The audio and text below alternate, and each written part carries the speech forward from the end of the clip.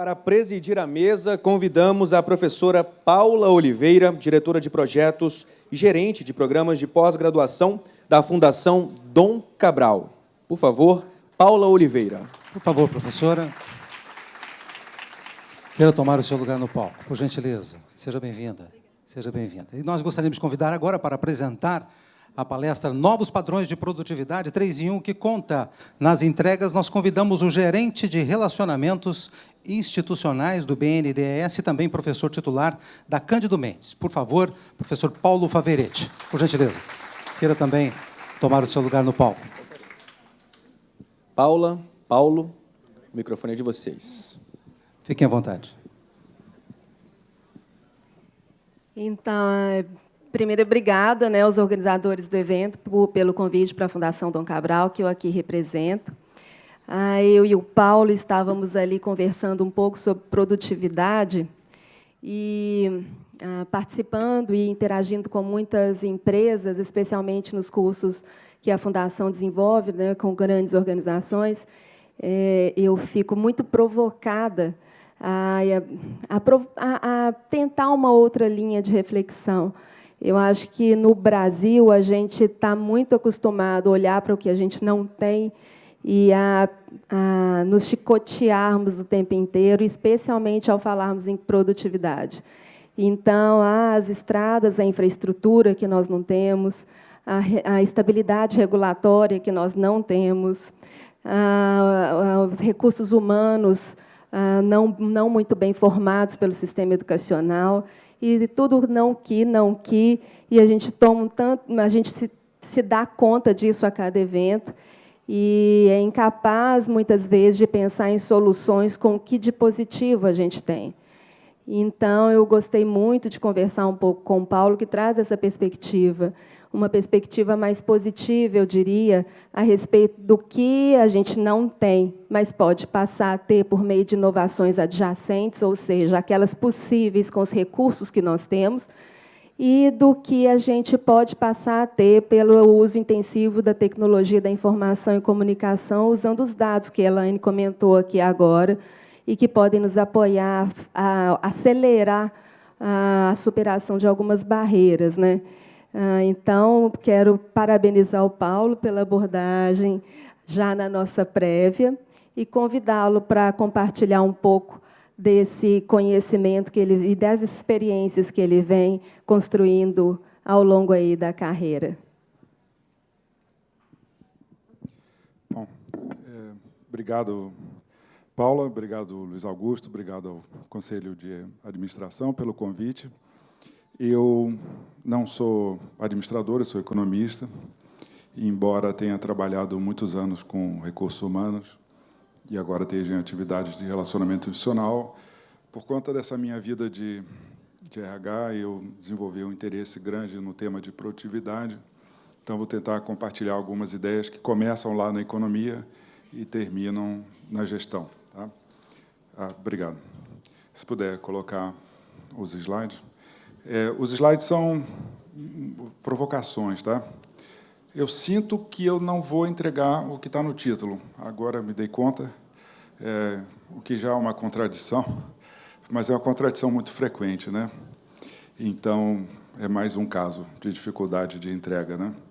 A minha produtividade na produção desse PowerPoint foi muito baixa. Eu levei muito tempo, muitos dias, pensando e examinando, até que, em um certo momento, eu descobri que eu estava fazendo uma meta-apresentação, porque eu fui pesquisar vários sites e documentos sobre o assunto, já que eu não sou propriamente um especialista no tema, e retirei muita coisa do que está disponível na internet. Claro que são vários pontos de vista que guardam uma certa homogeneidade, e, do meio para o final, tem um toque mais pessoal. E eu poderia trazer mais polêmicas, mas acho que aqui já é suficiente, porque o objetivo é provocar reflexão, mais do que trazer soluções. Porque o tema é muito complexo, é um tema que é um desafio mundial. A gente pensa que é, sobretudo, brasileiro, mas ele não é, ele é um desafio mundial. E todo mundo está lutando com a tentativa de melhorar, aumentar a produtividade. Pensei basicamente em fazer uma análise em múltiplas dimensões, né? Existem macro tendências que são econômicas, sociais, políticas, culturais. Alguém já disse que o desenvolvimento da internet e todas as formas associadas de digitalização corresponde a uma necessidade da humanidade, né? De mudança de escala. Meu amigo Carlos Nepomuceno enfatiza muito isso. E provavelmente essa é a grande macro tendência a condicionar várias das coisas que acontecem em todos os planos. Mais especificamente, vou tentar olhar um pouco o que acontece no país e trazer daí para reflexões sobre organizações, pessoas e equipes, né? Primeira nota de cautela: os economistas entendem pouco das causas de crescimento. Como eu sou economista, estou incluído aí nesse alerta feito pela The Economist. Então, é uma coisa meio doida isso, né? Mas, feito o alerta, o fato é que a produtividade é a conversa na área econômica hoje, né? Todas as organizações relevantes estão discutindo produtividade, estão refletindo sobre produtividade, estão tentando entender o que está acontecendo com produtividade. É menos óbvio do que parece à primeira vista, e é muito mais cheio de contradições e de efeitos colaterais negativos ou desafiadores. Falar em negativo não é de bom tom, né? Mas são negativos alguns deles para muita gente, para muitos países, para muitas empresas. E, a rigor, não se sabe exatamente o que está acontecendo, embora algumas pistas existam. Então, a Organização para a Cooperação e Desenvolvimento Econômico tem toda uma área de trabalho em torno disso, a turma da indústria no Brasil. O Fundo Monetário Internacional está preocupado com o tema de produtividade, o Banco Mundial, por definição, que lida com o desenvolvimento também, acabou de produzir duas obras importantes de referência sobre o assunto. Um, Emprego e Crescimento, a Agenda da Produtividade, e o outro, Competências e Empregos, o tema da juventude, que é particularmente dramático, né? Por que produtividade é importante? Porque o Paul Krugman, que é um dos economistas mais famosos do mundo, prêmio Nobel, disse que, no longo prazo, produtividade é quase tudo, ou seja, sem produtividade não há crescimento, sem crescimento não há desenvolvimento. E, portanto, é preciso discutir produtividade. Curiosamente, quando a gente olha a agenda eleitoral, e, em particular a agenda econômica, né, e a gente tem trabalhado um pouco com alguns dos assessores acompanhado, né, o que alguns assessores econômicos dos candidatos falam, o tema de produtividade virtualmente não aparece e a palavra desenvolvimento frequentemente não é mencionada, raramente é mencionada, o que é um pouco assustador para um país que precisa se desenvolver, né? E a OECD, ela diz que produtividade é trabalhar de maneira mais inteligente, em vez de trabalhar mais, né? Produzir melhor, capacidade de produzir mais produtos, combinando insumos com novas ideias, inovações tecnológicas, modelos de negócio. Isso é tão velho quanto a ciência econômica, né? Adam Smith, lá em 1776, revolucionou o pensamento sobre a sociedade. Não havia economia propriamente como um campo de conhecimento, né? Ele é um dos fundadores dessa dita ciência. E ele disse, olha, seu rei soberano, se o senhor quer desenvolver o seu país, a sua nação, não é por meio de mercantilismo, controles, comércio determinado por sua direção, mas é pelo livre mercado, pela especialização do trabalho, portanto, pelo aumento da produtividade. Se isso acontecer, ou seja, se houver liberdade econômica e se os seus súditos puderem escolher o que produzir, o que vender, o que comprar, o senhor também será mais rico, porque a renda será maior, os tributos serão maiores, vai ter um exército mais forte e assim por diante. E a renda vai ser mais alta e, portanto, vai haver mais desenvolvimento. E os salários serão mais altos. Basicamente, isso continua sendo verdade para a maioria dos economistas, tá? Não vou dizer 100% dos economistas, mas quase todos concordam com isso, enfatizam mais ou menos. A produtividade, ao contrário do que se imagina, ela não é uma tendência linear, ela é cíclica. Aqui um trabalho do Banco da França, de 2014, olhando, sobretudo, os países mais ricos E vocês veem que, curiosamente, isso vai até 2013, o dado, né? Há uma tendência recente, pode ser que isso tenha revertido, de queda da produtividade média dos países mais desenvolvidos, o que era e é fonte de preocupação para os gestores e dirigentes desses países, né? Portanto, produtividade não é um problema de país em desenvolvimento ou atrasado, é um problema de país desenvolvido também, mas os americanos e europeus estão muito preocupados porque a produtividade da Ásia cresce sem parar, né? Os países asiáticos, eles têm apresentado taxas de crescimento praticamente contínuas há algumas décadas. E, embora ainda não tenham chegado a superar nem a alcançar a produtividade dos países europeus e no caso, Estados Unidos, na maioria, estão se aproximando muito rapidamente, né? E a tendência é provavelmente de superação em alguns anos. E isso significa que a competitividade desse país é maior do que a competitividade dos países tradicionais que lideraram a Revolução Industrial, né, no século XVIII e XIX e até o século XX. Todo mundo está preocupado com isso, os alemães estão preocupados com isso. A produtividade do trabalho, aqui é um gráfico também eloquente, você vê ali a taxa de crescimento da produtividade do trabalho desde 1990, na extrema-direita nós temos Coreia, China e Índia. O Japão um pouco atrás, mas todos os três crescendo sistematicamente mais rápido do que os países à esquerda, que são os países mais desenvolvidos. A exceção ali no meio é a Irlanda, que, num certo momento, até a década de 90, 2000, cresceu muito rapidamente, mas depois também cresceu mais devagar. Interessante que, em todos os casos, a produtividade do período 2007-2013 é inferior, o crescimento da produtividade é inferior ao crescimento das décadas anteriores. Ok, pronto. Como é que se mede a produtividade? Não vamos entrar nesse detalhe, mas, basicamente, para os economistas, são 3 elementos: a relação capital-produto, ou relação capital-trabalho, a quantidade de capital que um trabalhador consegue mobilizar, o que significa dizer que, em princípio, tudo mais constante, quanto maior a taxa de investimento, maior vai ser a produtividade do trabalho. O segundo é o capital humano, que é o nível de escolaridade da força de trabalho. Isso vale tanto para a educação formal quanto para a capacitação no trabalho, né, no on the job. E o terceiro, que dizem ser o mais importante, em termos qualitativos, mas também quantitativos, produtividade total dos fatores, na verdade, é a eficiência do uso dos fatores de produção, como esses fatores, trabalho e capital, são combinados, né? Curiosamente, esse é um dos problemas da ciência econômica, o elemento mais importante é estimado por resíduo. Esse é um detalhe que os economistas preferem não mencionar muito, mas, supostamente, os fatores são sistêmicos, que influenciam a produtividade total dos fatores. Infraestrutura, qualidade da educação, né? Quantidade de anos está em cima, qualidade da educação influencia a produtividade total dos fatores.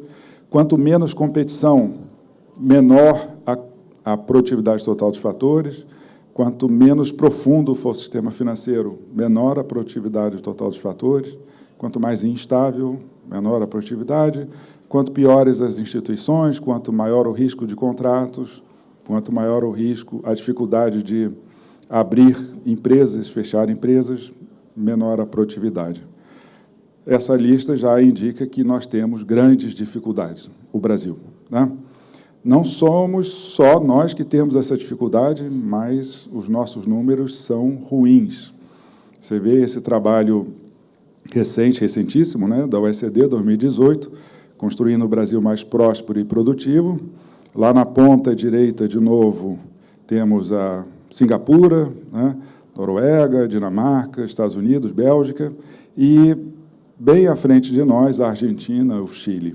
O Brasil está mal colocado na produtividade de trabalho medida em quantidade de dólares por empregado, né? Não só ele está mal colocado, como os países que têm tido sucesso na competição internacional apresentam taxas de crescimento muito altas. Isso é uma estimativa, elas variam os números, mas a tendência é igual em todas elas, né? Da relação entre a produtividade do Brasil com os Estados Unidos, que é sempre tomado como referência, e a produtividade da Coreia com os Estados Unidos. Vejam lá, nos anos 60, 70, a produtividade brasileira era superior à coreana, e a diferença que há hoje, né? A Coreia já está se aproximando de 60% da produtividade americana, enquanto nós estamos virtualmente estagnados na faixa de 20%. O nosso trabalhador produz 1/5 do que o trabalhador americano produz, sem tendência de crescimento, ao contrário, até de queda relativa, né?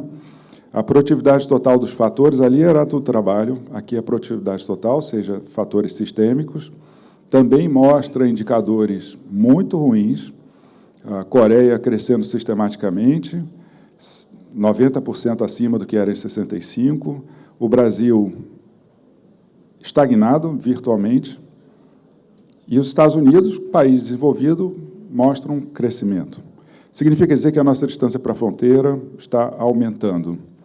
Uma das consequências, dentre várias, é que o PIB per capita brasileiro fica atrás do PIB per capita coreano como participação em relação ao PIB americano. A Coreia está se tornando um país desenvolvido, o Brasil continua estagnado. Mais uma sequência que comprova isso, né? Você vê que a América Latina, como um todo, está ali crescendo de maneira lenta, que nem o Brasil, embora Chile, Colômbia, Peru tenham apresentado taxas mais altas do que o Brasil. E os emergentes, dos quais supostamente nós fazemos parte, crescem a taxas muito mais altas do que nós. Portanto, é para preocupar mesmo, o título é para chamar atenção, a situação é dramática, né? Claro que ela é mais dramática para quem está fora do mercado de trabalho formal, mas para muita gente dentro do trabalho do mercado formal também é dramática. E a The Economist falou isso. Trabalhadores brasileiros são gloriosamente improdutivos. No momento em que você pousa no Brasil, você começa a perder tempo. Fatores sistêmicos são essenciais. É um empresário americano que, como está dito aí, resolveu montar um negócio no Brasil. Por que a taxa de produtividade no Brasil é baixa? Porque a gente tem um baixo investimento. Há várias razões para isso, mas é um fato, a taxa de investimento sobre o PIB é muito baixa, né? Várias firmas são subcapitalizadas, elas não têm equipamento suficiente para os trabalhadores, né? Basta ver o que é uma firma de cortar grama nos Estados Unidos. É isso? Qualquer mexicano imigrante vai no Costco, no Walmart, num desses grandes supermercados, compra lá três financiado em 12 meses, 24 meses, né, pagando juros de 5% ao ano, compra 3, 4 carrinhos de cortar grama, bota em cima de uma picape, que ele também compra financiado, ele vai na sua casa, corta grama em 15 minutos. Em 1 hora, ele corta grama de todas as casas de uma rua inteira. E é muita grama, viu? Morei lá há 2 anos, posso falar sobre isso. Nos filmes a gente vê, né? Aqui, isso simplesmente não acontece. Note que eu estou falando do imigrante cortador de grama, tá?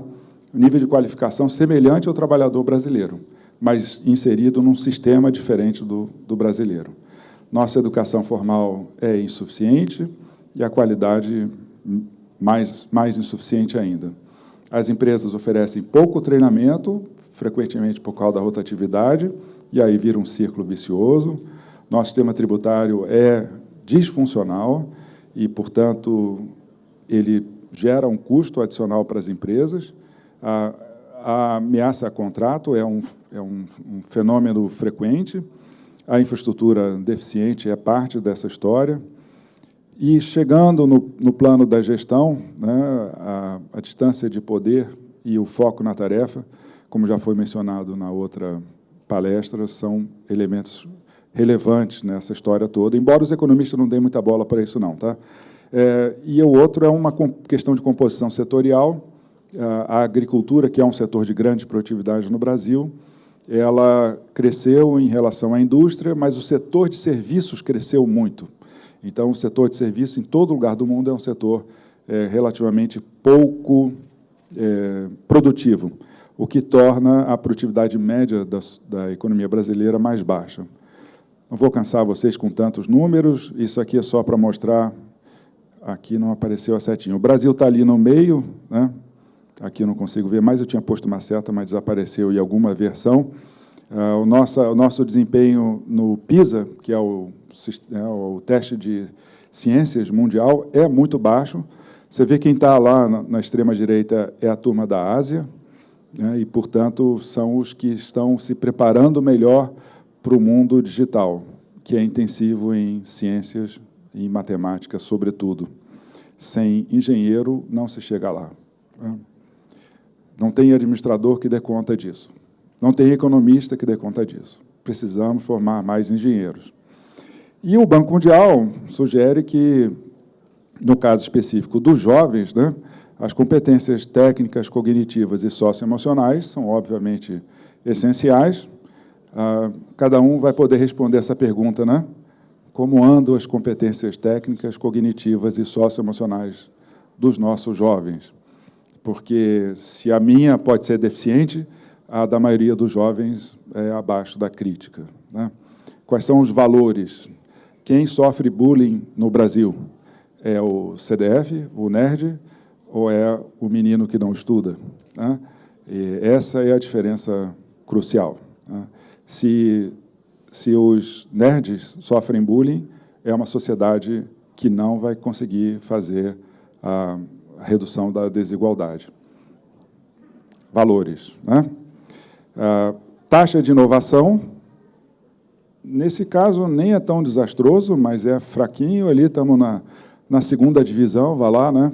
Eu sou tricolor, posso falar bem sobre isso, enfim.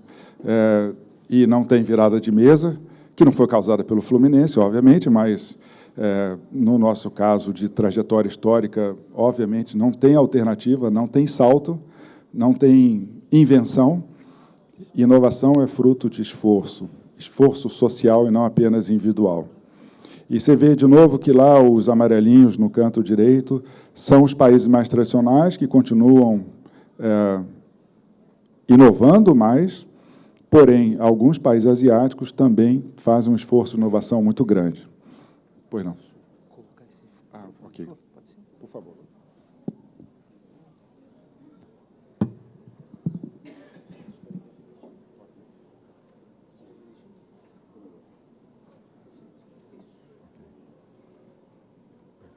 Alô?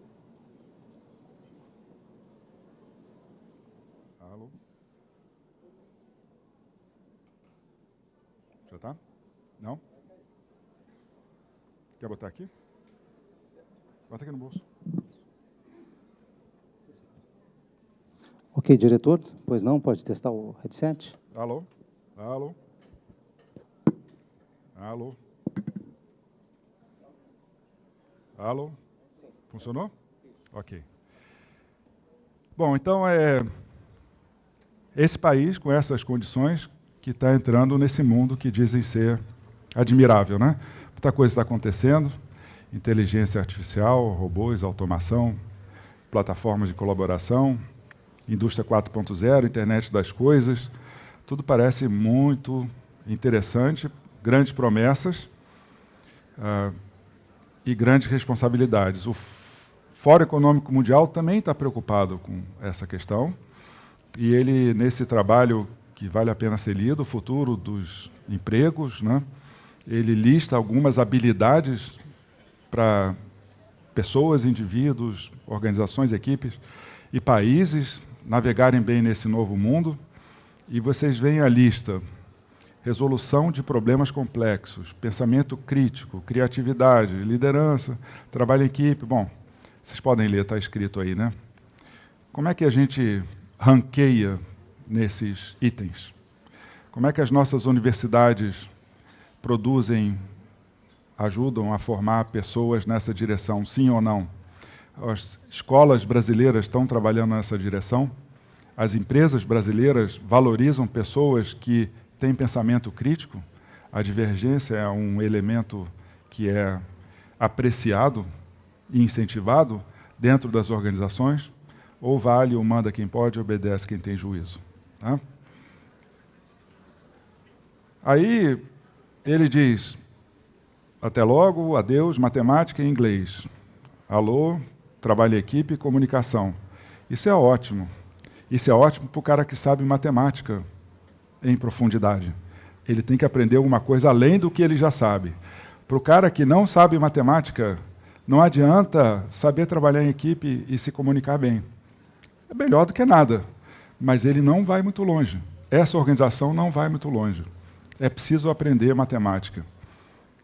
Se você não dominar matemática e inglês, você é um morto-vivo no cenário da competição internacional. Você é indivíduo, você é organização, você é país. Né? O Fórum Econômico Mundial recomenda, são algumas recomendações, né, de que pode haver focos imediatos e focos de mais longo prazo. A função de RH, e chegando no tema mais próximo de administração, tem que ser reinventada, né? Faltou um N ali, né?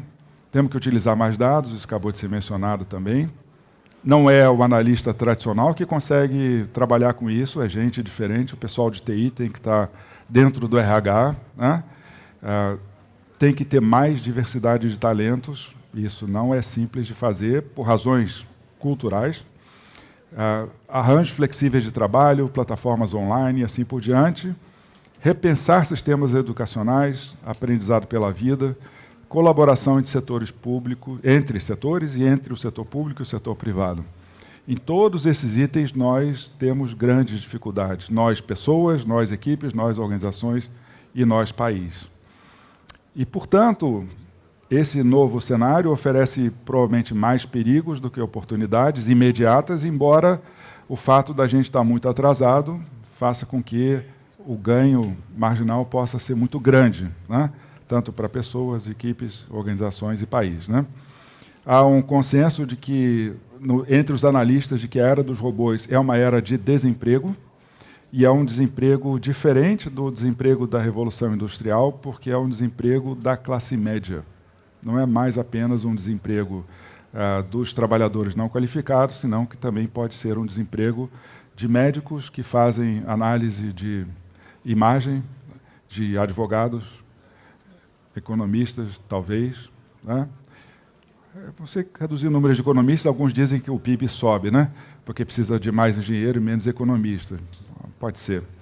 O Fundo Monetário Internacional também está preocupado com isso, então não é coisa de sindicato. Né? Ali é um professor da USP fazendo uma resenha de um monte de artigos. Aqui é o Fundo Monetário Internacional dizendo que nós temos razões reais para temer a robotização, do ponto de vista social. Mais adiante, é uma firma de consultoria muito conhecida, que faz uma análise, né, do mundo do trabalho na década de 2030, e diz lá embaixo, haverá várias décadas turbulentas de transição, a relação entre o governo e o mercado vai ser redefinida numa direção que não está clara qual é, e os negócios vão ter um nível de funcionamento, uma macroeconomia, né, um contexto muito complexo. Isso está relacionado com o envelhecimento da força de trabalho, com o aumento do grau de automação e o lado negro da força, digamos assim, o aumento da desigualdade. Quanto mais desigual o país for na partida, pior a situação. Por exemplo, os Estados Unidos é um país muito desigual. Para eles, o tema é dramático. Né? A China é um país muito desigual. Para eles, esse é um tema também dramático. Né? E para os europeus também é. Esse é um documento da OECD, né? Reunião do Conselho no nível ministerial. O tema é a conexão entre produtividade e inclusão. Ela tem que ser construída. Essa conexão não acontece naturalmente. Provavelmente a conexão é no sentido da produtividade com a exclusão. Essa é uma novidade dos tempos modernos. Não é bonita para muita gente. Tanto é que se tornou uma fonte de preocupação dos governos dos países mais desenvolvidos. E é uma fonte de preocupação também para firmas, porque esse trabalho da OECD, Futuro da Produtividade, 2015, faz o apanhado da produtividade do trabalho, né, no setor de serviços, e mostra que as firmas mais avançadas estão aumentando o diferencial de produtividade para o conjunto das outras firmas. Significa dizer que aquele conjunto de outras firmas, a linha cinza, uma parte grande vai desaparecer. Schumpeter falou sobre destruição criadora, né, inovação. Todo mundo acha isso muito bonito, eu também acho, é uma teoria muito interessante. A gente olha mais na parte de criação, né, mas tem um outro termo que chama destruição. Há valor velho sendo destruído, há postos de trabalho velhos sendo destruídos, e a mobilidade dos velhos postos para os novos postos está longe de ser automática, né? Esse é um outro indicador importante que corrobora o anterior, que é a dispersão da qualidade da gestão. Você vê ali nos Estados Unidos, como as firmas se distribuem de maneira razoavelmente normal, cerca de 2% das firmas estão na cauda negativa, né? Ou seja, realmente atrasadas e com tendência a desaparecer, e um monte de firmas lá na ponta, de maior qualidade de gestão. A China cresce muito, tem um aumento de produtividade importante, mas ela faz isso com um esforço muito grande, porque o sistema chinês não chega a ser um sistema tão eficiente quanto o americano. E tem muita firma ineficiente, está falando ali em 6%. México, 11%, Brasil, 18% das firmas, sendo que as líderes são poucas. E nós temos firmas de classe mundial, mas elas são muito poucas e a quantidade de gente empregada aí é pequena. Portanto, fazer com que as barras azuis andem para dentro da curva, da linha, significa destruir um monte de postos de trabalho, destruir um monte de capital. No plano da gestão, aqui já chegando ao final, obviamente o tema de colocar todo mundo no mesmo barco é absolutamente fundamental. Eu descobri recentemente alguma literatura sobre Lean, né, método Toyota de produção. Ignorância minha, os economistas podem perdoar isso, mas é fabuloso. O A3, não sei quem conhece, né, é uma folha de papel A3 com campos a serem preenchidos.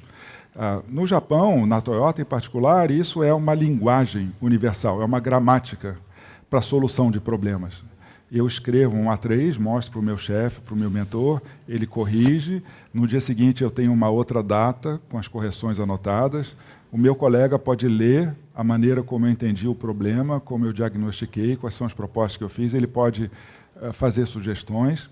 Então, a equipe como um todo está lidando com o problema.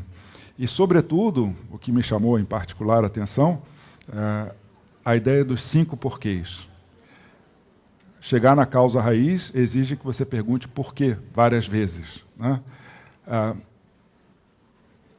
Vocês conseguem citar 5, 10 firmas brasileiras onde, no terceiro porquê, o cara já não tenha sido olhado, atravessado, demitido ou reprimido, né?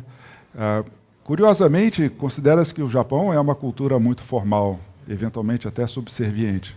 No entanto, a solução do problema tem que ser encontrada ali onde o trabalho acontece.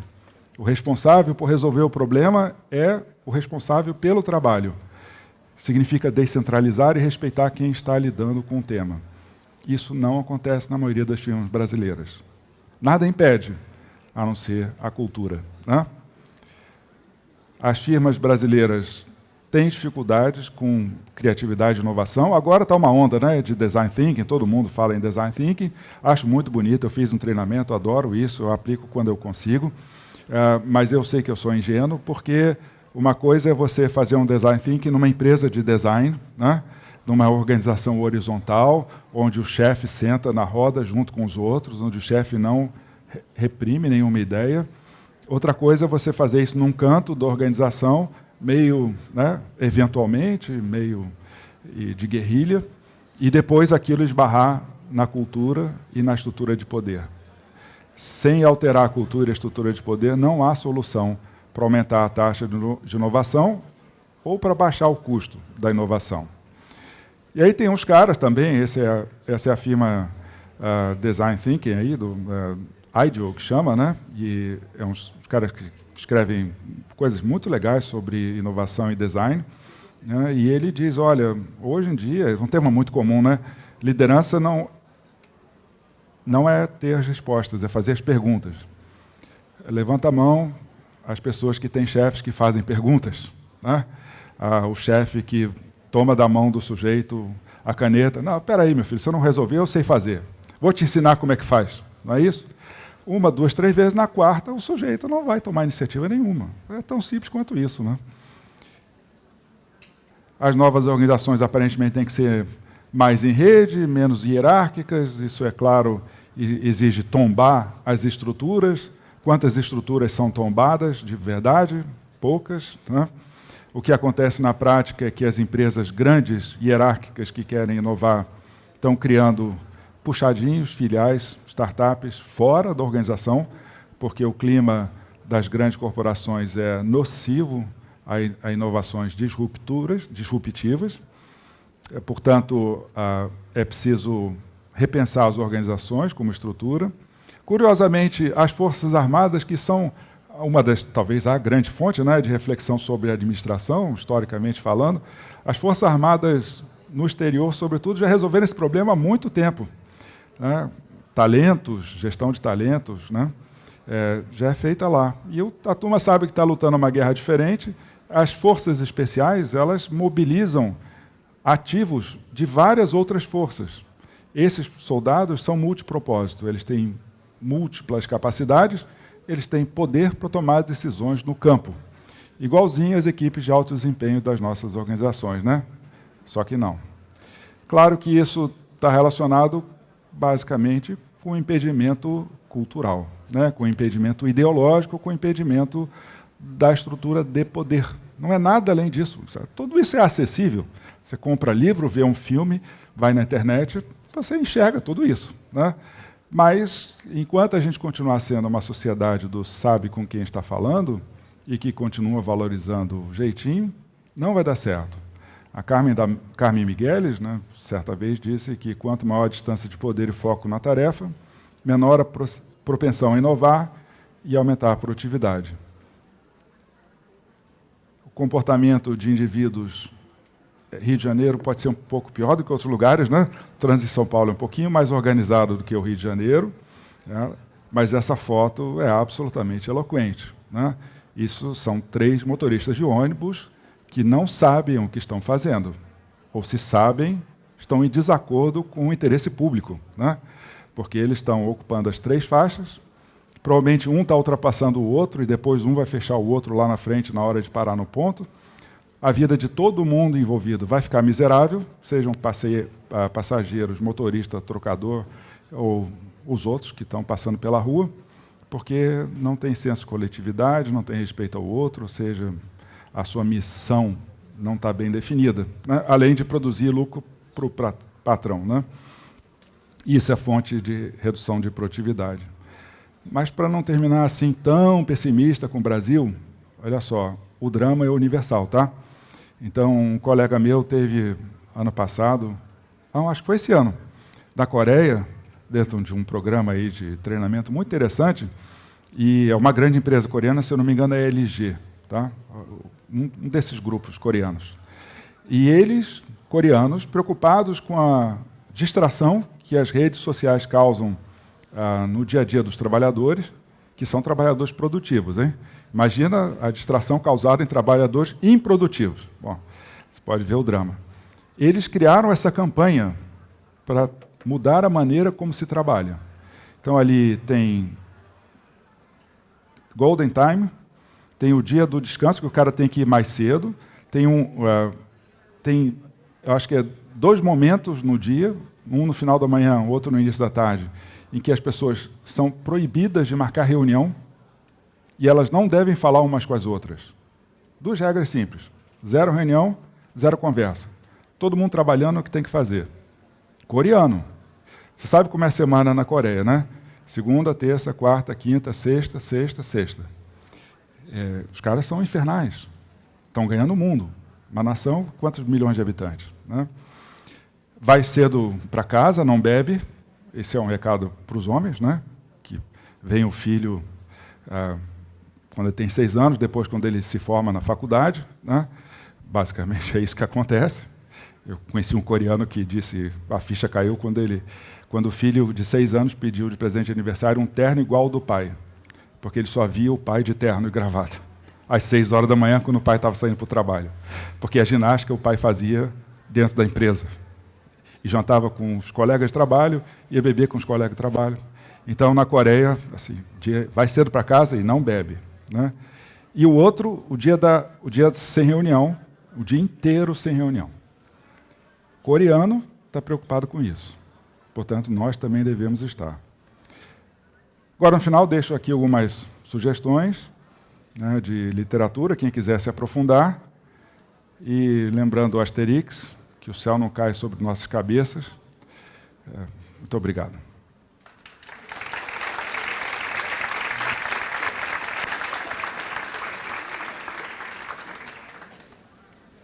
Então, enfim, nós temos aqui as perguntas, e só exemplificando o que o Paulo comentou a respeito do desemprego. Quando a gente vê números como, por exemplo, do Fórum Econômico Mundial, com 800 milhões de empregos perdidos para a automatização até 2030, fica parecendo um numerão, né? E outro dia estava numa empresa de saúde, um grande laboratório na América Latina, de processamento de imagem e análise clínica, e ele tinha, então, automatizado o papel do patologista clínico, e robotizado mesmo. E a gente acha que robô é gente, assim, tem cara de gente, não. Um tanto de máquina de xerox, assim, num espaço do tamanho de um campo de futebol, fazendo análise clínica dos exames. E 1.200 trabalhadores desmobilizados num período de 6 meses por conta daquela automatização numa só empresa. E nós temos aí vários cursos de análise clínica pelo mercado, formando trabalhadores para essa função, enquanto as empresas contratantes estão ali já desmobilizando sua mão de obra. Ou seja, é realmente curioso, e a gente precisa se preocupar com esse aspecto, né? E como o Paulo comentou, é para a classe média. A gente está falando de profissionais qualificados, advogados que agora com text mine não precisa daqueles advogados júniores mais para ficar classificando risco de contrato ou risco de ações. Isso também já está implantado nas organizações. A gente está falando de pessoas que tiveram aí acesso à educação formal. E aí vem a primeira pergunta para o Paulo, né? Que é justamente a respeito dos drivers que influenciam a produtividade nesse modelo econômico, e o quanto que a educação formal, nesses 2 casos que eu comentei, as pessoas tiveram acesso à educação formal e, ainda assim, seus postos de trabalho foram automatizados, e a gente continua formando pessoas com essa mesma qualificação. Então, a despeito do acesso à educação formal, ainda assim, a gente tem o desemprego aí como um destino para essas pessoas qualificadas, né? Então, a primeira pergunta que está aqui colocada é o que influencia mais a falta de produtividade no Brasil. Seria a infraestrutura ou a educação? E como mudar esse quadro? Claro que, se a resposta fosse simples, já teríamos, né? Pois é. Eu não saberia dizer, a partir dos estudos, certamente alguém terá feito alguma estimativa, né, da contribuição de cada um dos elementos, embora, lembrando, a produtividade total dos fatores, onde alguns desses elementos estão, ela é estimada por resíduo, portanto, é difícil discriminar o peso dos componentes. Certamente, olhando para as cidades brasileiras e para o campo, a infraestrutura tem um peso gigantesco, né? O outro fator importante é a falta de competição. Muitas empresas brasileiras, e é curioso falar isso, porque muita gente está passando muita dificuldade, né? Mas provavelmente mais pela queda da renda do que provavelmente por razões estruturais. Muitas empresas sofrem, têm posição defendida porque a competição externa é pequena. Isso vale para a grande empresa também, né? Portanto, a pressão é essencial, né? As pessoas muitas vezes se movem pela necessidade, não pela beleza da inovação, da produtividade em si. Em relação à educação, eu tenho que, no final das contas, por quê, né? 5 porquês, eu chegaria lá no início a uma questão básica de valores, né? Qual é o valor dessa sociedade? Qual é o valor que a gente atribui ao tempo, ao futuro? Toda sociedade que valoriza muito o futuro é uma sociedade que poupa para investir, né, por variadas razões. E, portanto, acha que tem que sacrificar alguma coisa do presente em nome do futuro. Isso significa investir em educação. A Coreia tem um tipo de... um ator social, um personagem, né, que se chama Avó da Janela. A avó da janela é uma avó que leva o menino no jardim de infância, no primário, primeiro grau, e fica na janela do lado de fora observando se o menino está estudando ou não. Ela está dizendo, meu filho, você tem que estudar. Se não estudar, você não vai ser ninguém. E estudar o quê? Direito? Não, estudar engenharia. Eu, uma vez, nesse treinamento, eu fui para a Índia. Aí, no dia de folga, eu fui visitar um palácio de um Marajá, e do lado de fora, estava tirando foto, assim, veio um grupo de meninos, né, bonitinhos, todos uniformizados com o professor, aí eles me cercaram, né, e quiseram tirar foto, não sei o quê. Aí o professor veio todo cerimonioso e disse, muito obrigado por estar visitando o nosso país, o senhor anda aonde, do Brasil, que bom, tão longe de casa. Qual é a sua profissão, médico ou engenheiro?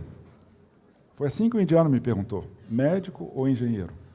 Então, a Índia, ela já se inseriu em vários dos negócios de alta capacidade, de alta tecnologia. Ela tem do pior e do melhor, né? Ela tem as duas coisas. A Índia tem essa característica muito diversa, mas ela tem várias empresas, vários projetos bem-sucedidos no topo da cadeia de inovação e de alta tecnologia. Nós não temos essa camada aqui. Temos a camada de baixo, temos uma intermediária, mas não temos essa camada aqui de cima. A pergunta é, alguém obrigou os indianos a serem engenheiros ou médicos? Foi uma escolha social, né? Eles entenderam que aquilo é importante para eles, que é a forma de crescer. E hoje tem tanto engenheiro bem formado, a matemática provavelmente nasceu na Índia, né? Que instalar uma firma lá é um grande negócio para as multinacionais. O cara ganha $500 e se considera classe média. E trabalha melhor do que qualquer engenheiro saído de uma universidade federal, talvez, né, por um salário muito mais baixo. É dramático, mas a gente tem que valorizar não só mais educação, como a educação certa, talvez. Digo, se você quiser estudar direito, muito bem, vai estudar, mas o que leva a sociedade a crescer é a turma do campo da matemática. Se acreditar no que dizem os economistas. Bom, eu adoro isso, que eu sou estatística, né? Opa! Então tá bem. E o insumo aí são os dados, então eu adoro isso. A segunda pergunta aqui é a seguinte, para aumentar a produtividade, qual a melhor opção? Abrir o mercado para investimento estrangeiro ou investimento do Estado na indústria nacional? Essa é a pergunta mais votada aqui pela plateia para você. Pergunta difícil, né? Olha só, quando a gente fala abrir o mercado estrangeiro, na verdade, tem uma simplificação, né?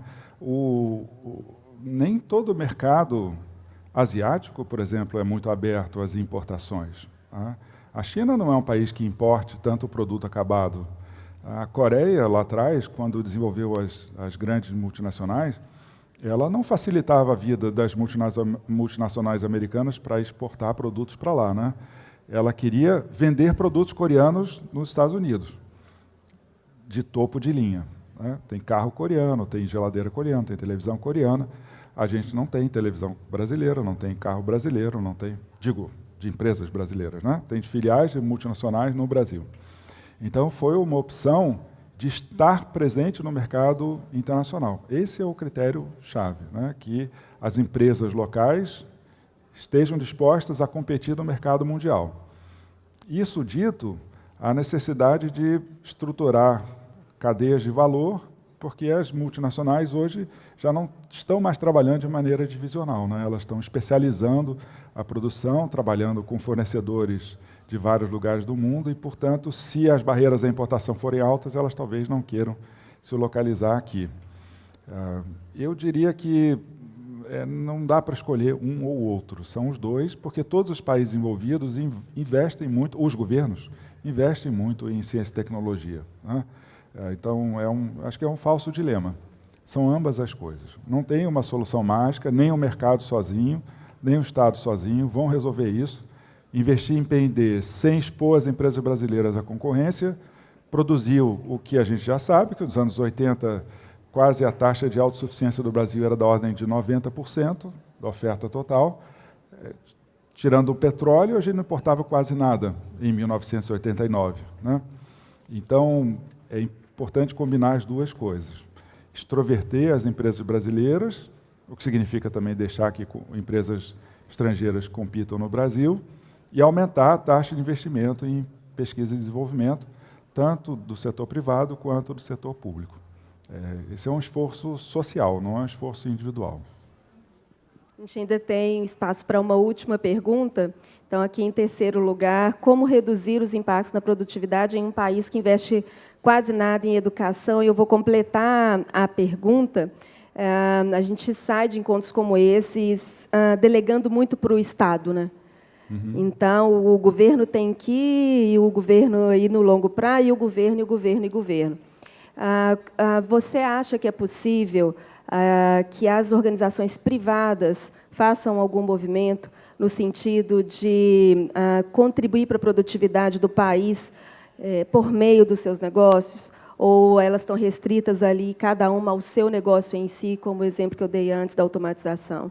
Ou seja, como mitigar esse impacto do pouco investimento em educação pelo governo, e se a iniciativa privada pode fazer algum movimento no sentido de corroborar para esse aumento de produtividade?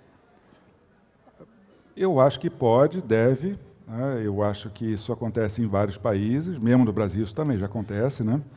Associações de classe, clusters, grupos de indústria, né? Indústrias, empresas, né? Deveriam trabalhar esses temas, ter mais associação onde couber, mais cooperação, colaboração onde couber. As firmas alemãs, tipicamente, colaboram muito, né? Tem centros de desenvolvimento compartilhado, em que você pode gerar inovações que depois são apropriadas pelas firmas que estão naquele local ou que fazem parte daquela indústria. Obviamente, é uma maneira de ver o mundo diferente daquela de quem quer produzir tudo dentro de casa para se apropriar 100% dos ganhos. Há um compartilhamento de ganhos, nesse caso, né? E, portanto, você pode gerar algum tipo de externalidade, né? Um ganho social que não fica restrito às firmas que participam ali. Isso exige mais colaboração do que a gente está acostumado no Brasil.